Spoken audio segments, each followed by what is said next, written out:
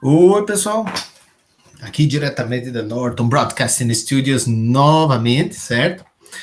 Vamos agora para a nossa aula 6, escalonamento de processos. A gente já não tinha visto isso? Sim, em BET, só que agora a gente vai ver para sistemas interativos. E hoje nós vamos varrer todos esses algoritmos aqui: round robin, prioridade, múltiplas filas, shortest process next, garantido, lottery, e também conhecido como loteria, e fair share, certo? Vamos ver todos eles. Eles não são difíceis assim, a imensa maioria deles, é só ideia, então a gente passa mais rápido, certo? Vamos começar com o mais comum de todos, assim, o mais simples e um bem antigo, que é o round robin. Bom, para começar, todos esses algoritmos são preemptivos, porque os sistemas são interativos, certo? Todos eles. Bom, como que funciona o round robin? O round robin é o seguinte: cada processo vai ter uma fatia de tempo de execução, que a gente chama de quantum, ou plural, quanta, certo? Latim, vamos lá, certo? E aí o que você faz? Você coloca todos os que estão prontos, no início todos estão prontos, numa fila. Essa fila normalmente é circular, mas só por questões de implementação, que daí você só move o ponteiro, certo? Mas para entender a ideia, ela pode ser uma fila comum, certo? Então, o que acontece? Você pega o primeiro da fila, bota executar. Quanto? O quantum dele. Então, depois que ele executou esse quantum, ele vai para o fim da fila e o próximo na fila é posto a rodar. E é assim que ele funciona, certo? Assim que vai. Então, por exemplo, você tem aqui a fila de prontos, ela no começo daqui. Tem os processos B, aqui é o início da fila, no B. B, F, D, G, A.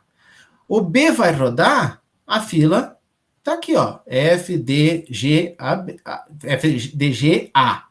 O B terminou de rodar, ele volta para o fim da fila e o próximo aqui, o que estava logo depois dele, ou seja, o novo início da fila, é posto para rodar, certo? É basicamente assim que funciona. E aí eu digo para vocês, e se o processo terminar antes do fim do quando? Como que ele faria isso? Com entrada e saída, por exemplo. Não tem problema.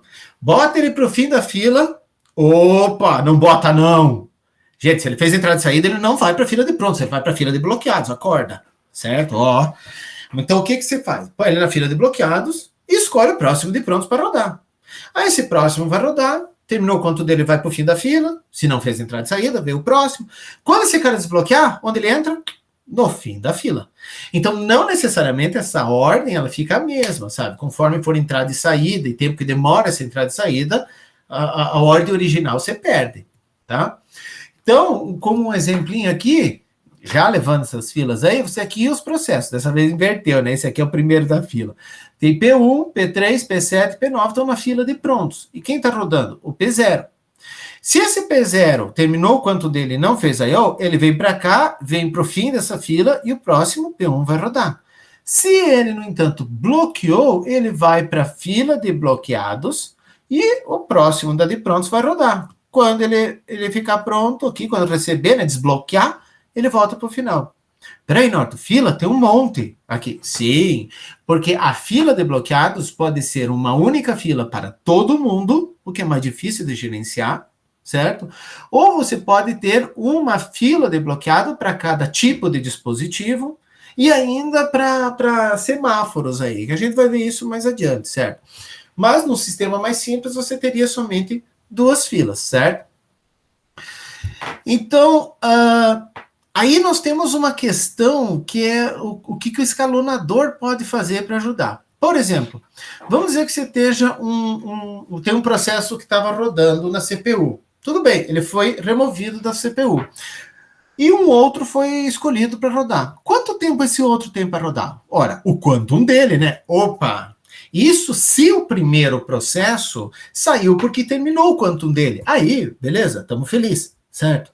Mas e se o primeiro processo saiu por entrada e saída? Veja, ele rodou, sei lá, metade do quantum dele, fez uma entrada e saída. Você vai ter que escolher um outro para rodar. Esse outro vai rodar o quê? Um quantum ou meio quantum? Pois é, a resposta para isso é que depende do hardware. Se o teu hardware tiver um clock programável, permitir programação do clock, o que significa um clock programável? Que você define quando ele vai gerar uma interrupção, aí o que o escalonador pode fazer?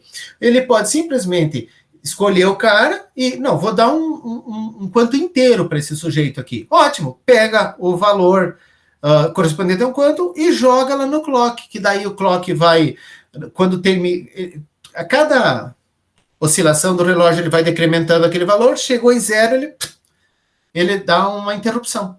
Ou seja, o processo ganha um clock, um quanto inteiro só para ele. Porque essa interrupção só vai ser gerada ao final do quanto.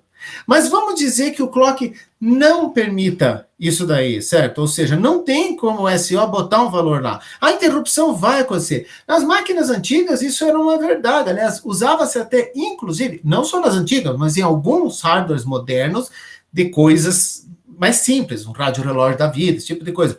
Muitos usam a oscilação da rede elétrica como clock. Você não tem como mandar nisso, certo? Se bem que, ainda assim, você teria como fazer programável. Mas vamos dizer que não tenha. Eles fizeram circuito simples, não tem programável. Então, o cara rodou meio, fez uma entrada e saída. Ele, em tese, tinha meio, mas gastou tempo nisso. Sei lá, sobrou um quarto do quantum dele para rodar. O que você faz? Cara, você pega esse novo processo e joga lá. Ele vai rodar um quarto de quantum. Aí vai rolar uma interrupção. E aí, sim, o escalonador tem uma outra decisão. E aí, eu dou mais um quanto de labuja para esse cara aí, ou ele roda esse pouco e vai para o fim da fila? Veja que são decisões de projeto. Mas são decisões que precisam ser tomadas, certo? Então, vamos ver um exemplo aqui, uma figurinha aqui do Tenenbaum, que eu peguei, né? Todas as figurinhas que tem aqui, eu peguei do Tenenbaum. Algumas eu modifiquei, algumas vocês não encontram lá porque eu modifiquei. Vamos ver aqui no instante zero. No instante zero, nós temos dois processos, duas tarefas aqui, né? T1 e T2. As duas chegaram, estavam na fila de prontos. Casou da T1 tá na frente. Então, ela recebe um quantum, tá vendo aqui, ó? E ela vai rodar o quantum dela. Quando ela está na metade do quantum dela aqui, certo? Vamos dizer que aqui seja interrupções do clock. Ele não é programável, ele interrompe, mas o SO diz, só rodou metade, faz de novo. Chega uma outra tarefa aqui. Não tem problema, essa daqui está no quantum dela, ela termina o quantum dela. Só que essa terceira aqui vai para onde? Para o fim da fila. A fila está o quê? T1, T2 e T3, certo? Beleza. Terminou o quantum dela, escolhe o próximo da fila, T2. Para onde foi esse cara? Foi para o fim da fila. Então, a fila que era T1, T2 e T3, quando aqui começa a rodar, é T2, T3 e T1. Está rodando, chegou um outro. Vai para onde? Para o fim da fila. A fila é T2, T3, o T1, que entrou aqui, e aí o T4. Terminou esse de rodar, vai para o próximo da fila, T3. Então, a fila é o T3, o T1 que tinha entrado aqui e o T4. Rodou, vai para o fim da fila. Né? Quem que é o próximo? E o próximo escolhido. Quem que é o próximo? O T1, lembra que ele tinha entrado aqui? Então o T1 volta a rodar. Terminou, vai para o fim da fila. Terminou o quanto, né? Vai para o fim da fila. Aí o próximo é o T4. E assim vai. Depois de terminarem todos, você pode calcular o tempo médio de turnaround como a gente tem feito antes. O T1 começou no 0 e foi até o 13. Está aqui ele. O T2 começou no 0 e foi até o 4. Está aqui. O T3 começou no 1 e foi até o 12, está aqui. O T4 começou no 3 e foi até o 14, está aqui. São 4, né? Calcula, é o tempo que eles ficaram desde o início até a finalização. Incluindo o tempo que ficaram sem fazer nada, esperando os outros rodarem. E aí você tem aqui o tempo médio de execução desses 4 processos. Puxa, o que é UT? É unidade de tempo, cara. Sei lá, milissegundos, segundos, milênios, sabe? Milênio não é, né? Mas, enfim, qualquer unidade de tempo. Então, esse esquema que eu falei aqui, se vocês quiserem acompanhar mais de perto, vocês vão ver ele todo aqui. Certo? É como tá. Primeiro, então, T1 e T2 estavam lá. T1 foi rodar, ficou só o T2. T1 tá rodando, chegou o T3. T1 terminou de rodar, foi para o fim da fila e o T2 foi rodar. Aí a fila está T3 e T1. certo? T2 está rodando, chegou o T4. T2 terminou de vez, não terminou quanto, lembra? Olha aqui, ó. T2 terminou de vez, né? Ele era um quanto só. Saiu, o que estava no início da fila foi posto para rodar.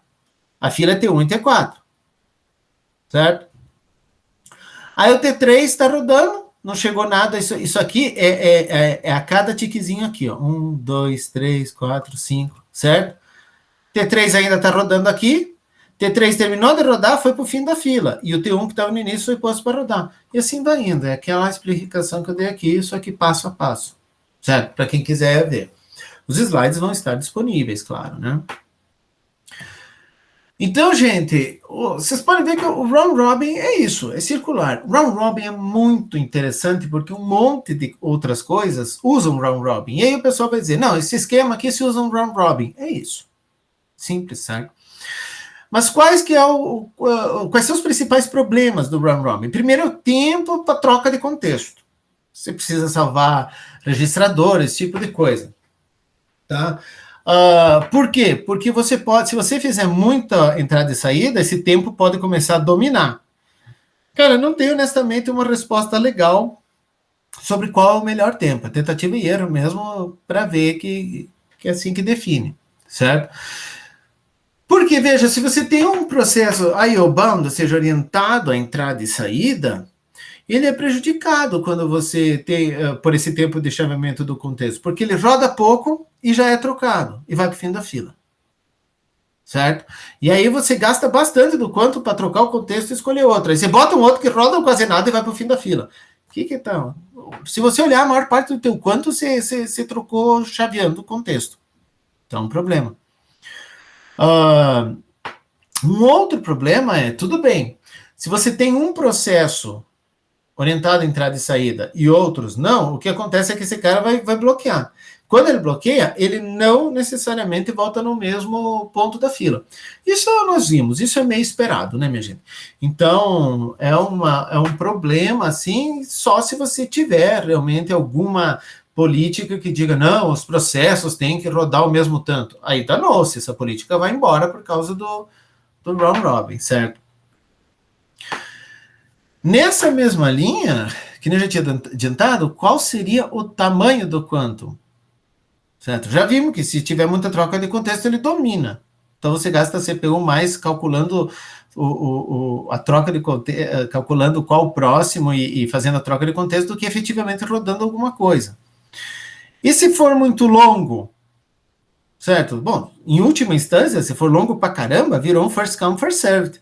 Pensa, o tempo é infinito, um quanto infinito? É o first come, first served, é um sistema em batch, cada um roda até fazer entrada e saída ou até terminar. Complicado isso. Você sempre tem um overhead. Uma maneira de calcular o overhead causado pela troca de contexto é você ver quanto tempo leva para trocar o contexto em relação ao tempo total, que é o tempo da troca de contexto mais o tempo do quantum. E ver se isso está aceitável, certo, gente? De novo, o que é aceitável? Você vai ter que assumir um valor e dizer, não, eu aceito esse daqui, e é isso, sabe? É uma decisão de projeto e você diz, ó, a gente trabalha com isso e acabou, tá? Alguns exemplos sugeridos até pelo Tannenbaum. O Tannenbaum fala num quantum razoável de 20 a 50 milissegundos. Só que ele fez isso em cima de alguns computadores específicos com sistemas operacionais específicos na universidade onde ele trabalha, né? Eu trabalhava na época, né? Então, é bem específica a coisa, tá? Agora, vamos ver essa mesma aqui, esse overhead. Qual é o overhead num quantum de 4 milissegundos? Pô, se o chaveamento leva 1 milissegundo, tá? O que se faz? Você gasta um chaveando, 4 rodando dos 5 totais, ou seja, 20% do tempo da tua CPU é perdido na troca de processo. Não, então 4 milissegundos, 20 não é aceitável. Bota 99 milissegundos o quanto? Ah, aí é legal, tá, beleza. Então, fatia ficou grande. Com 1 milissegundo de chaveamento, você gasta 1% do tempo da CPU chaveando, né, fazendo a troca de contexto, e 99% você roda. Boa, que legal, então eu gastei só 1% do tempo CPU. Boa, então é esse. Mas espera aí. Pensa que a tua fila tem 10 processos para rodar, gente. Se cada um recebe um quanto de 99 milissegundos, você gasta mais 1 milissegundo para trocar, ou seja, 100 milissegundos, o décimo vai levar o quê? 1 segundo para iniciar quase. Não bom, né? Não bom. Tua máquina ficou lenta. Então, realmente, é um cobertor curto. Isso aí é um cobertor curto. Então, se o quanto é pequeno, acaba que você gasta muito da CPU fazendo a troca. Nós vimos aqui, nesse exemplo aqui de 4 milissegundos, gastou 20%. Então, deixa o quantum grande. Se o quantum é grande, tudo bem, não gastei quase nada trocando. Mas tem uma fila. E o último realmente vai chorar. Como eu disse, não tem resposta certa. Em termos de tentativa e erro, faz-se alguns experimentos com alguns benchmarks, reza-se para que o usuário use esses benchmarks, e é isso, gente. Não tem como fazer melhor do que isso aí, por enquanto, né? Beleza? Então, esse é um round robin. Um outro escalonamento, veja que no round robin tem uma coisa interessante, não tem a noção de prioridade, ou se você preferir, todo mundo tem a mesma prioridade. Mas alguns processos, eles cheiram ter uma prioridade maior. Por exemplo, você não quer que um processo do kernel fique na fila esperando enquanto o campo minado está rodando. Não, você quer que ele tenha uma prioridade maior, não é verdade? Então, você tem um sistema de prioridades, que é cada processo possui uma prioridade. Então, na fila de prontos, você ordena essa fila por prioridade e roda primeiro os de maior prioridade. Simples assim. Você pode atribuir as prioridades de maneira estática ou dinâmica, certo? O usuário, o próprio sistema bota de cara lá e não muda, ou enquanto ele está rodando, você pode mudar essa prioridade, daí bagunça a fila, né? Tem que reordenar a fila. No caso dos Unix da vida, e o Linux inclui, você tem o comando nice, que é estático, em que você dá um nice antes de rodar o processo. E durante o processo, enquanto ele está rodando, você pode modificar isso com o comando renice. É óbvio, como eu disse, todos são preemptivos aqui, certo? Então, vamos aqui, nesse exemplo aqui, a propósito, eu não sei, não falo. Por que se chama nice? Você dá um valor de nice para o teu processo. E aí, quanto menor, maior a prioridade, no caso do Unix. Por que isso? A ideia é uma palhaçada, né, gente? É assim, esse processo é legal, ele deixa os outros passar na frente. O valor de legal dele, o nice value dele é lá em cima. Não, esse cara é nice zero, cara. O cara é um absurdo, é um cavalo.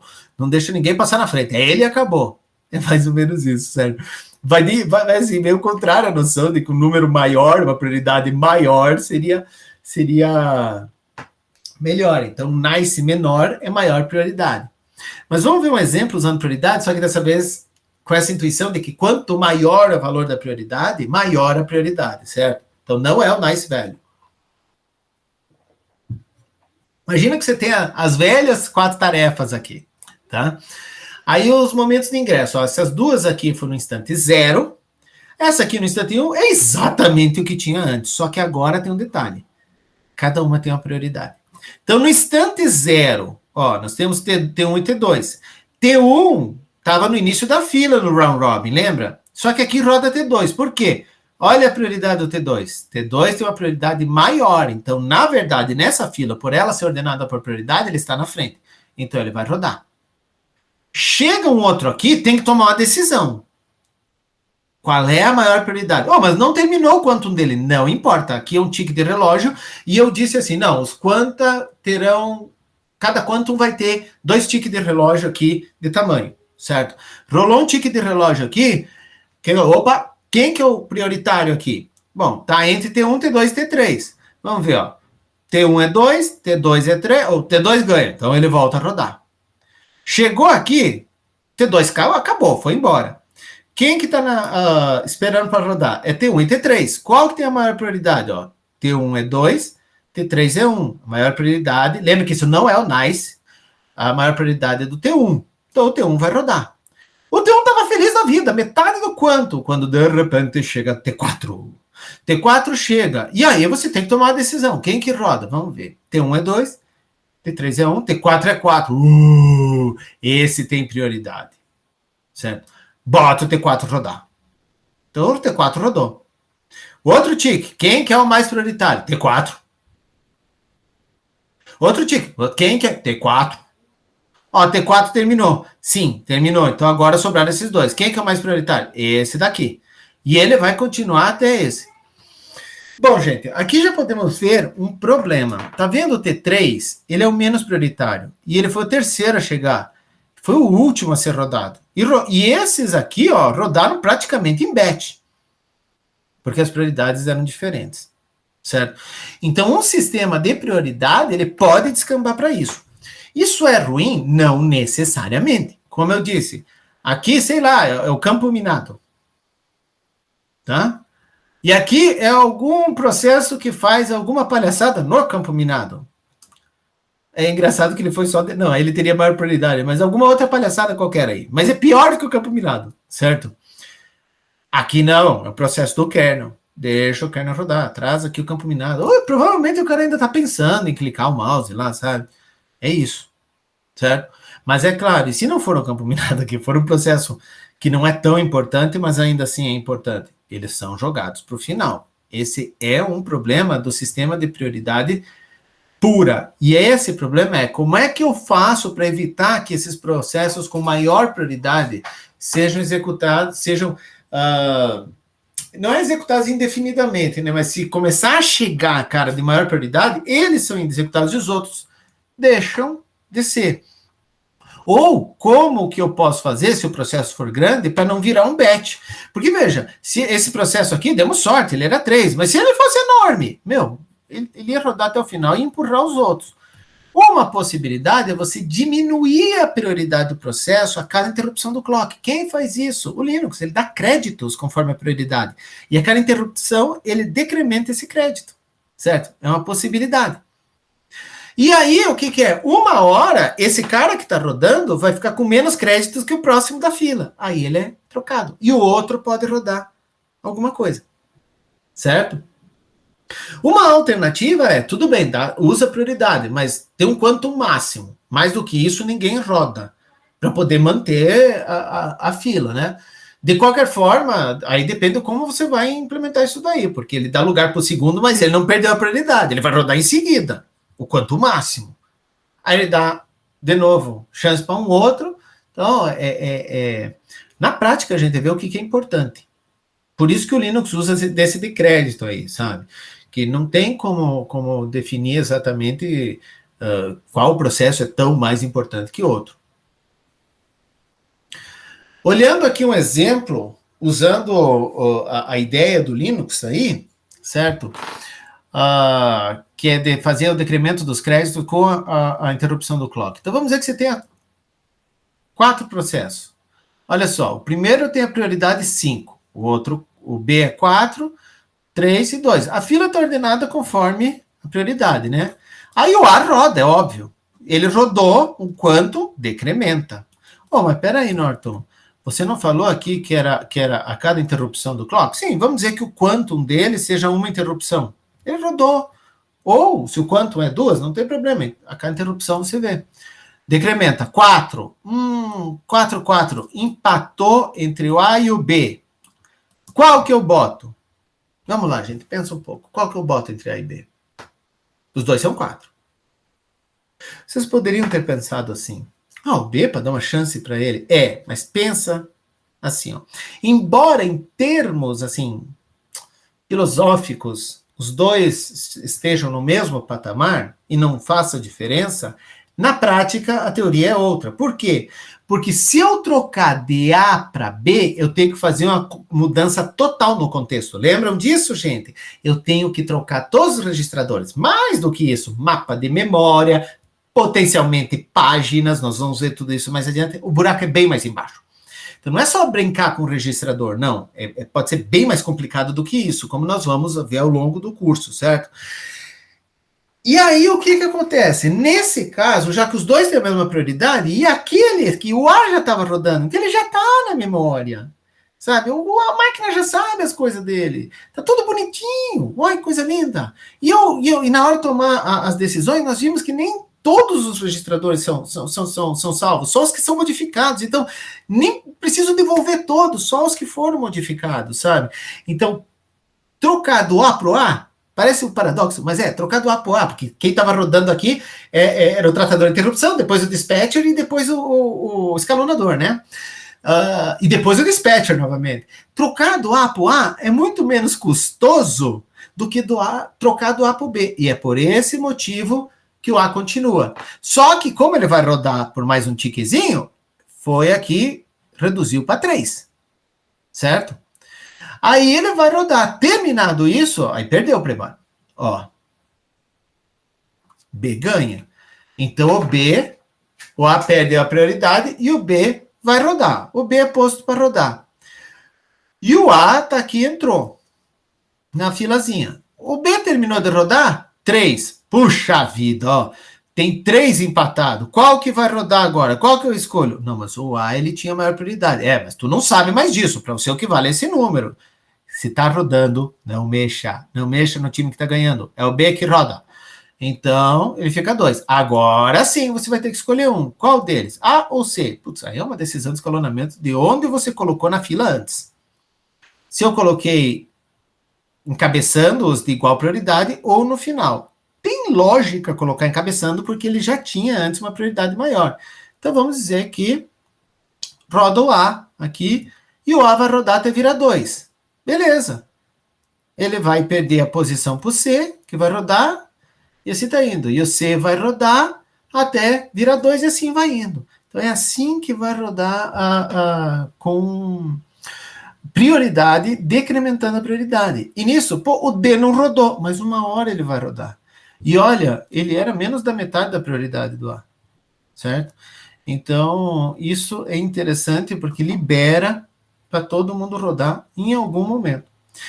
Tudo bem, mas em algum momento também eles vão ser todos 0. A prioridade é 0. Aí eles ficam iguais e vira round robin? Não. Aí você redistribui as prioridades originais. Vira 5, 4, 3, 2 novamente e recomeça a sua vida, certo? Tudo bem? Uma variação do algoritmo de prioridades é o seguinte, tudo bem, e se eu tiver vários processos com a mesma prioridade? Bom, ninguém morre, porque nós vimos aqui que funciona. Aqui é uma fila em que vários têm a mesma, certo?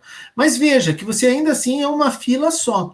Talvez não. Fica mais eficiente se você organizar isso por grupos. Como assim, ó? Tá aqui, ó. Você tem aqui os de prioridade 4. Certo? Classes de prioridade. Os de prioridade 3 e de prioridade 2. E aqui os de mesma prioridade. E aí o que você pode fazer? Você executa os que têm maior prioridade. Claro, esses. Qual? Usa round robin na fila. Isso é legal.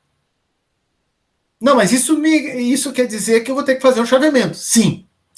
Mas daí eu quebrei a regra de quem está ali. Sim. Em compensação, você não faz com que 3 caras com prioridade 4, um deles fique rodando muito mais tempo do que o outro. Eles ficam entre si a um equilíbrio. Parece mais justo, certo?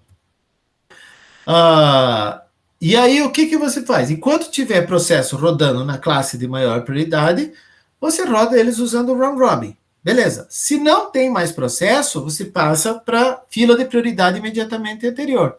Opa, mas peraí, tá legal. Então, se só começar a chover processo de alta prioridade, os de baixo nunca vão ser executados. E é exatamente por isso que você precisa ajustar as prioridades de vez em quando. Uma maneira de fazer isso, por exemplo, é decrementar a prioridade. Aí ele muda de fila. É um gerenciamento um pouco maior. Ou então, a cada tantos, né? Não precisa toda tique reduzir, a cada tantos quanta que ele rodou, tira ele da fila e põe para baixo, sabe? E assim vai. Se você não dá processador para um processo, a gente diz que ele morreu de fome. É starvation. Starvation de um processo é quando ele nunca consegue rodar. Normalmente ocorre porque outros de maior prioridade estão rodando na frente. tá? Então, um exemplo de classes de prioridade, você poderia ter, por exemplo, real time, ele fica aqui com round robin, certo? Aí as classes do sistema, interativo, seja com o usuário, e embed. Só se der tempo você roda embed. Esse é um exemplo. No caso... Não é que tem 4 processadores, viu, minha gente? É que você escolhe um desses aqui para rodar conforme... Aí vai, conforme a política. Ou roda todos esses aqui antes, não é legal, ou vai decrementando e daí passa a vez daí para outra fila. A cada tantos quanto aqui, pode passar a vez para outra fila. Gente, a política é vocês que definem, como programador. Uma vantagem dessas classes de prioridades é que, pô, atualizar a fila de prioridades é muito legal. Pensa que é uma fila só, gente. Aí chega um cara de prioridade 2. Você vai ter que varrer a fila inteira até achar os que tem 2. E daí inserir ele lá. Isso é o quê? ODN. Hã? E aqui?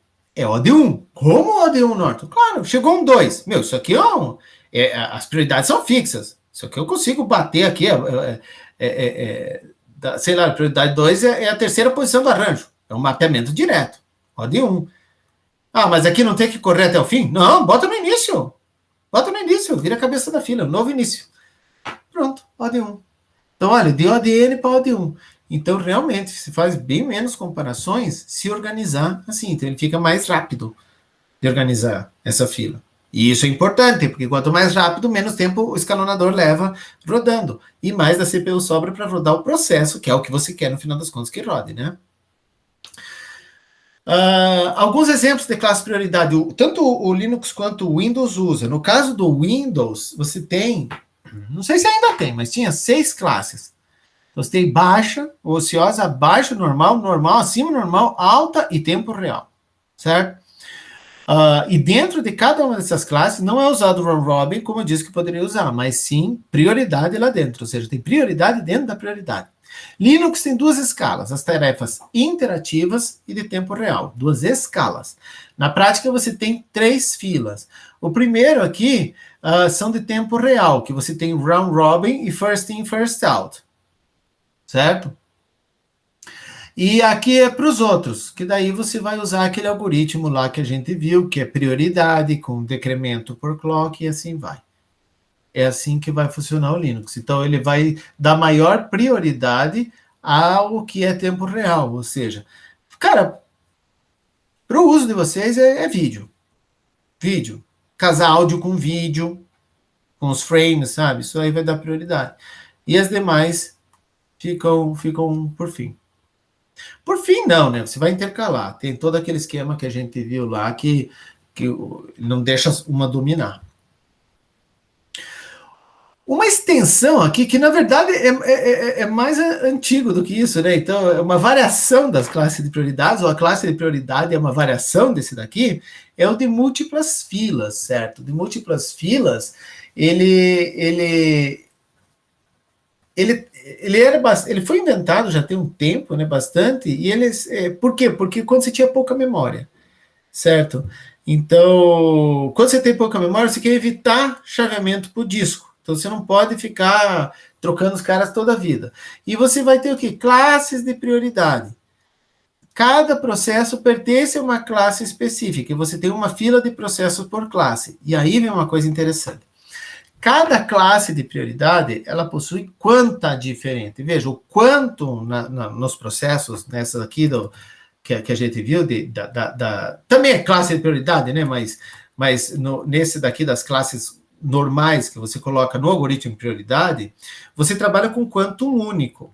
Aqui não, no múltiplas filas, cada classe de prioridade você tem um quantum diferente. Tá? Então, os processos na classe mais alta rodam um quantum. Aí, os da segunda classe rodam 2. Os da terceira, 4. Os da quarta, 8. Da quinta, 16. Sempre multiplicando por 2. Certo?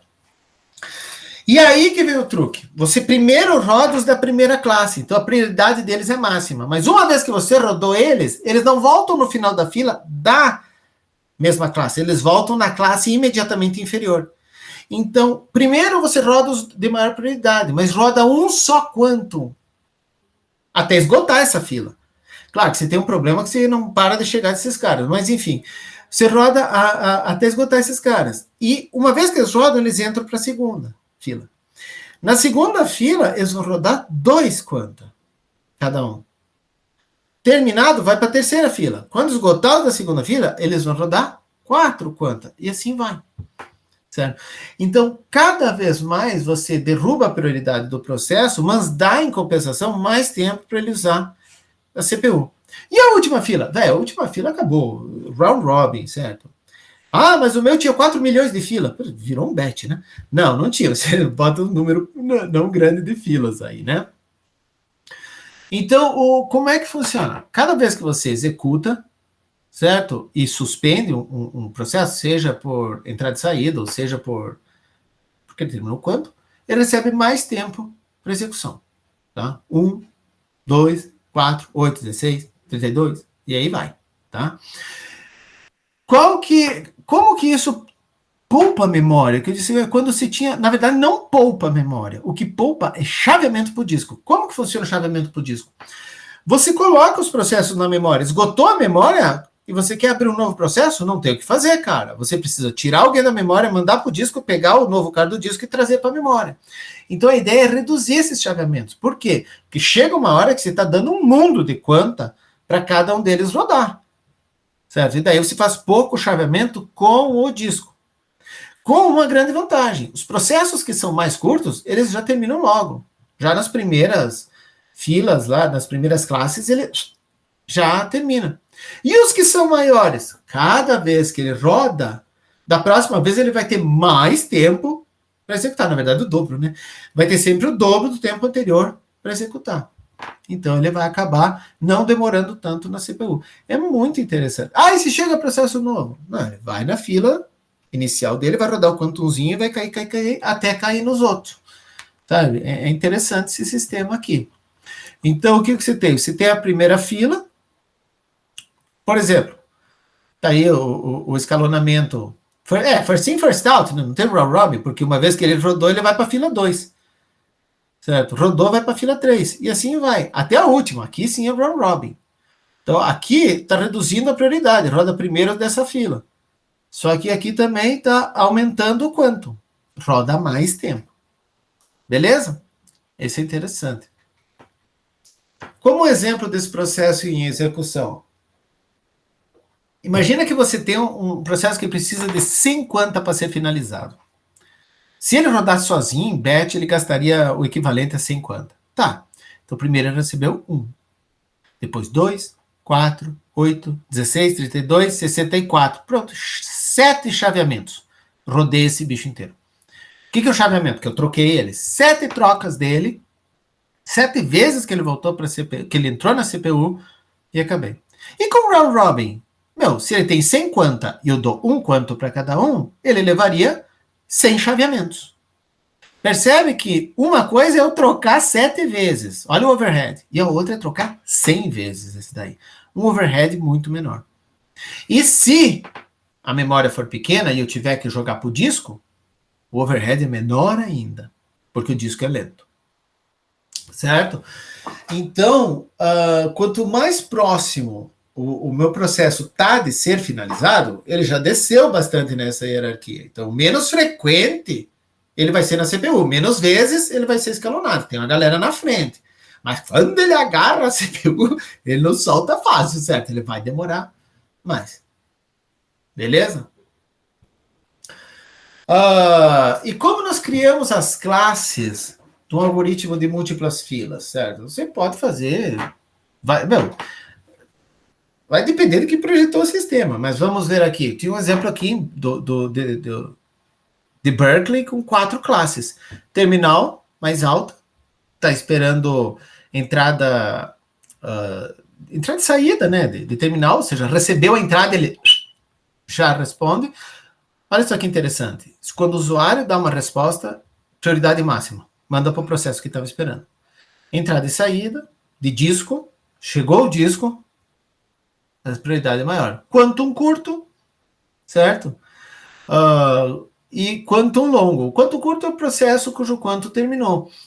E o quantum longo, aqueles que terminam várias vezes aí sem ser bloqueados pelo terminal ou por entrada e saída, os intensivos, os CPU bound. Tá? E por que foram criadas essas 4 classes? Para favorecer a interação com o usuário, mais do que processo segundo plano. Processo segundo plano não tem entrada e saída, né? Então eles são de quantum longo, prioridade mínima. Enquanto que entrada e saída, o usuário digitando alguma coisa, prioridade máxima. É uma decisão de projeto. Quem faz é quem fez o SO. Quem decide é quem fez o SO. Certo?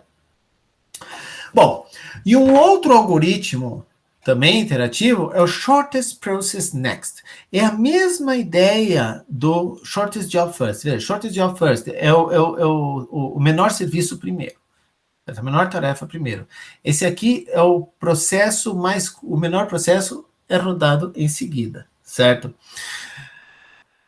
Bom, já dá para sacar que eu preciso saber o quanto esse cara vai rodar, certo? E qual é o problema? Em processo iterativo, é ruim de saber, hein? Especialmente porque tem entrada e saída com o usuário. Não tenho como saber.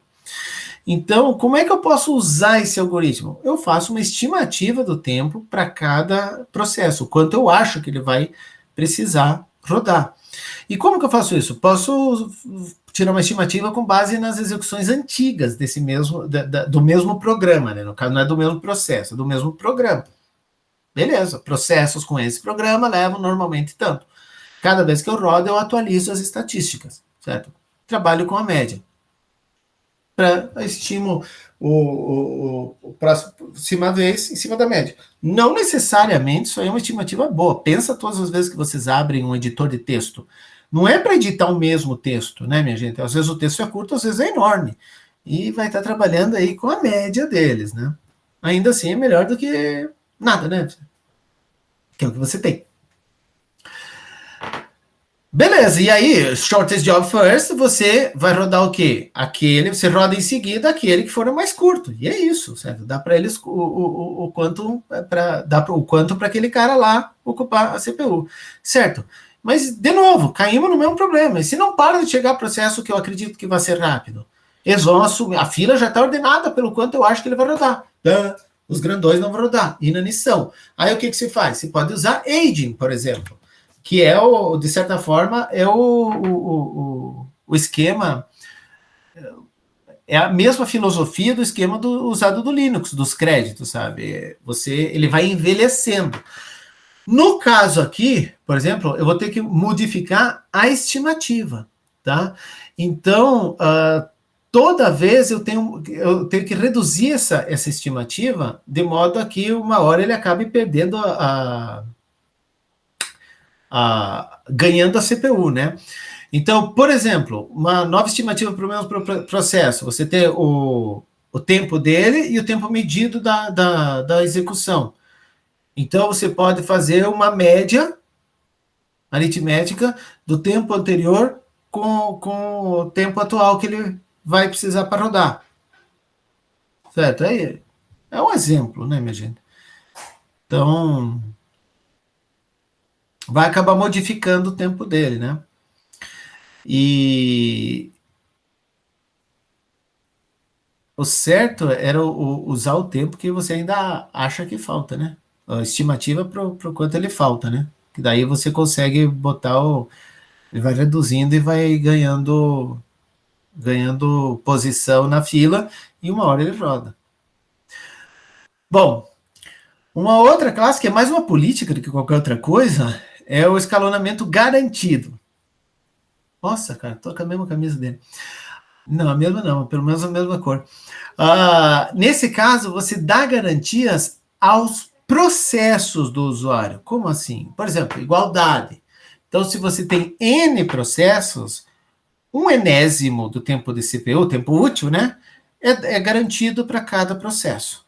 E aí, é claro, você tem que manter algum registro do total de CPU que cada processo já usou nessa brincadeira, né?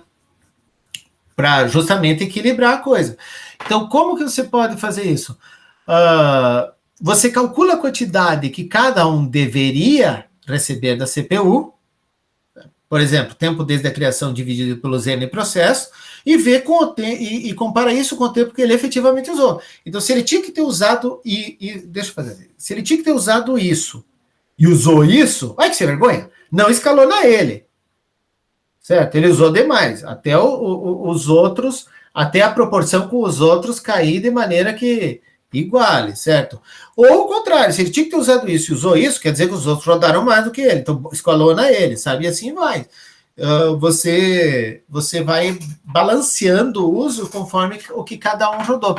Isso é interessante porque você garante tempo de rodar.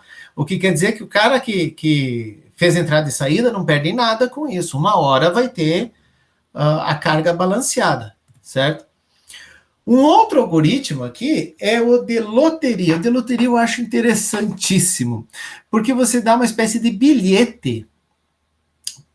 Veja que o de loteria é para qualquer recurso, na verdade, tudo isso daqui é para qualquer recurso do sistema. A gente está usando a CPU, por exemplo, mas você poderia expandir, usar esses mesmos algoritmos para acesso ao disco, para qualquer coisa, né, minha gente? É um recurso e a gente está escolhendo quem vai usar esse recurso, no caso a CPU. É por isso que eu digo, algoritmos de escalonamento são uma maravilha, porque qualquer coisa na vida, se você tem um recurso e uma galera querendo usar, você vai ter que organizar e ordenar e dar um jeito de gerenciar quem vai usar aquele recurso e quando. O SEO já te dá um monte de respostas, certo? Isso é muito bom. Mas vamos para a loteria. Cada processo ele vai ter lá os bilhetes, e esse bilhete dão direito a usar o recurso, ou seja, por exemplo, o processador pode usar. Então, um bilhete seria usar um quantum, por exemplo. E aí você tem, nesse caso aí, você tem uma fatia igual, um quantum por bilhete. Tá. Quando o escalonamento deve ser feito, ou seja, quando terminou o quantum de alguém, ou quando ele fez entrada e saída, você vai ter que escolher um outro para rodar. Quem que você escolhe? É loteria, não é? Sorteia. Sorteia um bilhete. 4. Quem é o processo dono do bilhete 4? Aquele. Aquele vai rodar um quantum. Queimou o bilhete. Queimou o bilhete. Claro, né, gente? Senão, sacanagem, né? Queimou o bilhete. Beleza. E aí, por que você faz não sorteia o processo?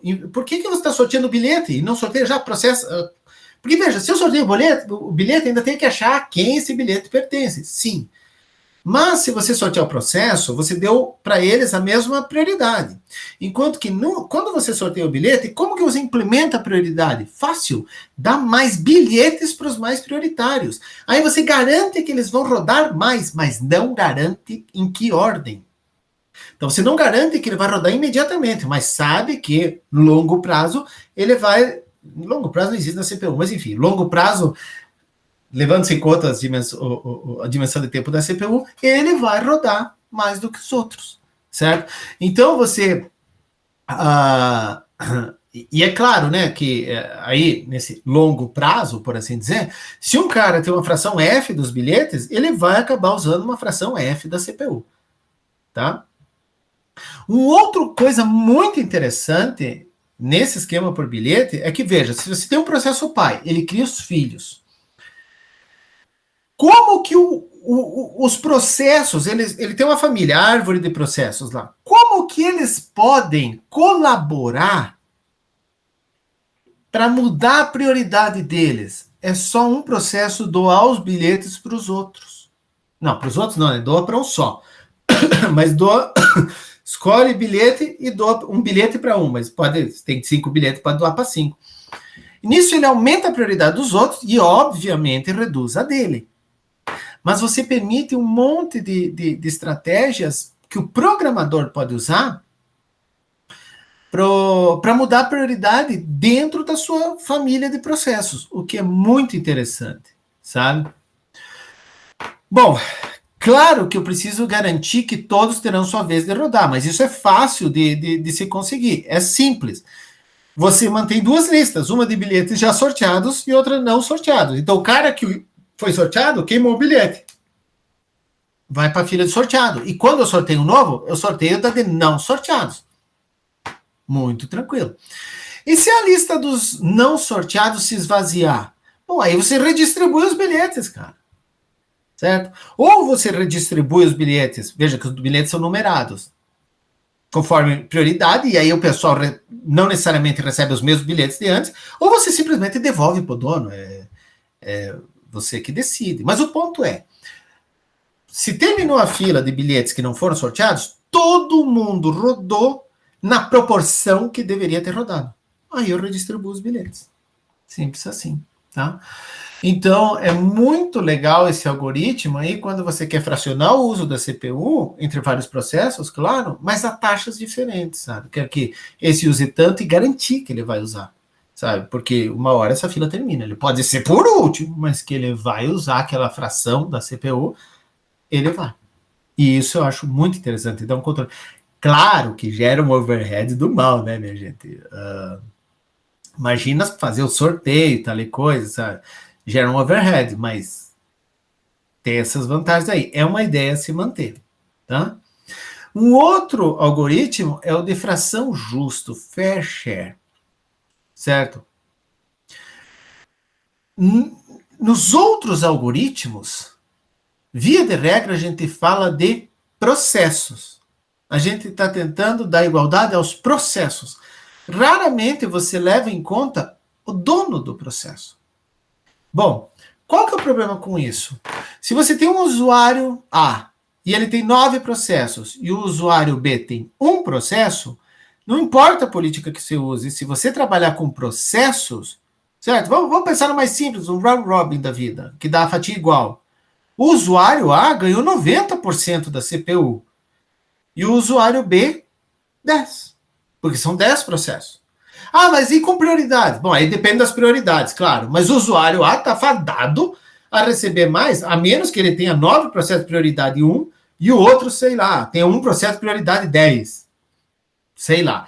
Ainda assim, sabe, você tem os esquemas lá de aging e tem os esquemas de reduzir a prioridade que vai acabar fazendo o A pegar. Não adianta, o A tem mais, ele vai usar mais da CPU. O fair share, ele, veja que o garantido faz exatamente isso. Ele dá garantia ao processo. Cada processo vai ter, dos N processos, cada um vai ter um enésimo da CPU. Esse aqui não. O fração justa, ele dá uma garantia ao dono do processo, ao usuário. Então, se tem 2 usuários e eu prometo metade da CPU para cada um, metade da CPU vai ser dada para cada um. Então, no caso do usuário A, se ele tem 9 processos, só lamento. Essa metade vai ser dividida em 9. E o usuário B, bom, não vai dividir, né? Ele só tem um processo, ele leva metade da CPU. Então, é óbvio que esse o processo do usuário B vai rodar bem mais do que qualquer um dos outros 9 do A. Mas os 9 do A somados vão rodar a mesma coisa, aproximadamente, né? Do que o 1 do B. Porque a promessa foi feita ao usuário. Tá?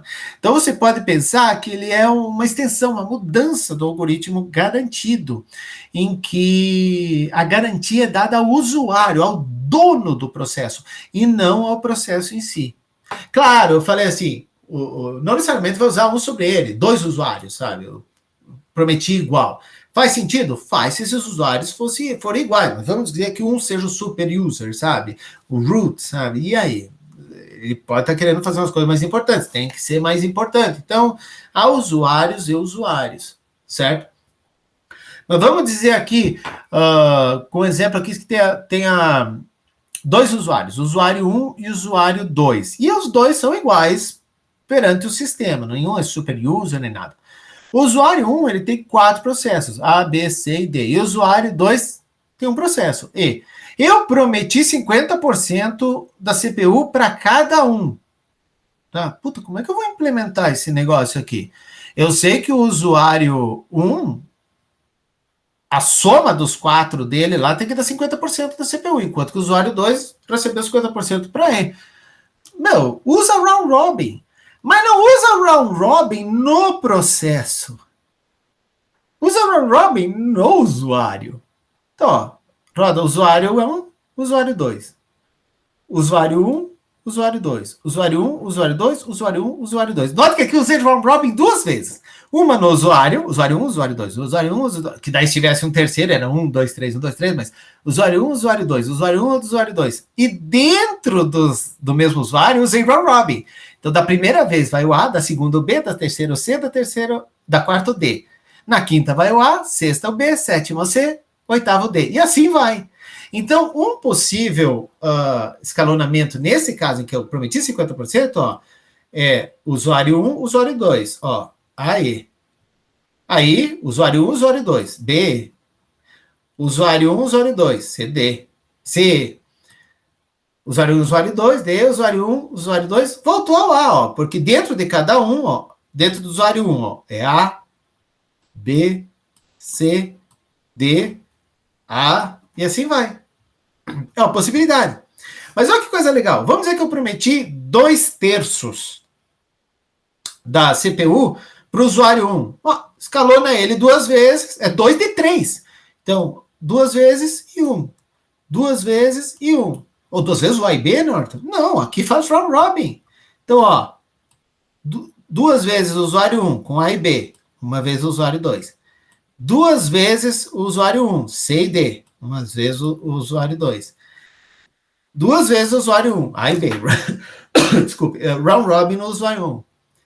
Outra vez no E, certo? É isso. É isso. E aí, o que é?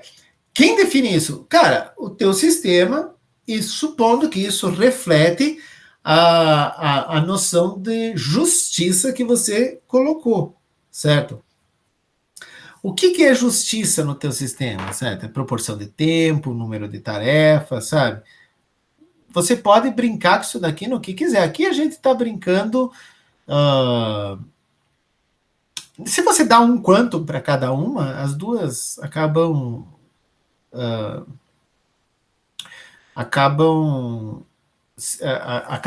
casando, né? 2/3 para um, tudo bem, mas na prática é a mesma proporção. Na prática é a mesma proporção, certo? Mas, enfim, é uma maneira bem simples de implementar esse negócio aqui que deu promessas ao usuário.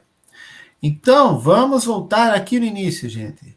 Round robin, também conhecido como alternância circular, revezamento. Basicamente, bota a galera numa fila e vai assim. Roda o primeiro, terminou, ele vai para o fim da fila e o próximo vai rodar. Uma fila. Prioridade. Ordena essa fila. Claro, eles têm cada uma prioridade, ordena por prioridades. Certo? E aí você tem também, você pode, com os de igual prioridade, você define com classes de prioridade. A modificação. Múltiplas filas.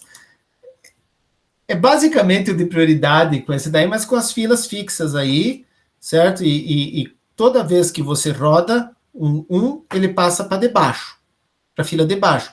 Só que quando ele entra debaixo, ele dobra o quanto. Então, na primeira fila ele roda 1, na segunda 2, 4, 8, e assim vai indo. A última fila, que é o máximo, vem um round robin lá dentro e acabou. Shortest process next. É o mais complicado, que você tem que ter uma estimativa de quanto esse bicho vai rodar. Né? E você sempre escolhe o mais curto. Tá? Garantido, isso é interessante, porque eu prometo uma fração da CPU para os processos. Então, 10 processos, 1/10 cada um, por exemplo. É isso. Loteria. Esse é o que eu considero um dos mais interessantes, porque eu dou bilhetes para os processos e eu sorteio os bilhetes de quem vai rodar. Sorteio um bilhete e o detentor desse bilhete é quem vai rodar.